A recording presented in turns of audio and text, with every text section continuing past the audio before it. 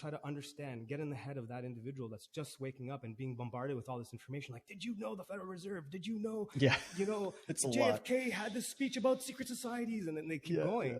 Yeah. And I'm like, okay, half of the people are like, dude, you used to talk about fluoride. Can you tell me about that? I used to think you were nuts. And now they're coming to you for advice. Mm-hmm. But I don't want to be like, dude, it's kind of too late. I don't like that. It's not too late, but but without understanding what's happening, it's kind of hard to understand how to get out of it. Like, we have to see the trap, I think, before we try to get out of the trap.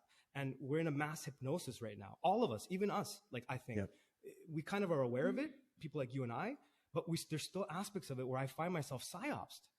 Yeah. And how do you show someone that? So I think for me, the way I've been approaching it is I kind of been giving individuals, so I'm going to ask for your tips, some like just key little tips to kind of keep them on track.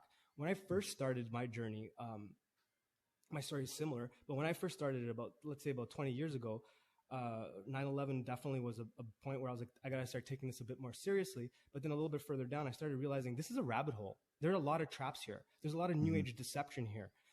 There's a lot of like horseshittery. And there's always these mirrors where they flip what they really mean. Do you know what I mean? Like the elite, let's say, right? Even with the concept of Lucifer. I know I'm going to more advanced stuff. Sorry, guys.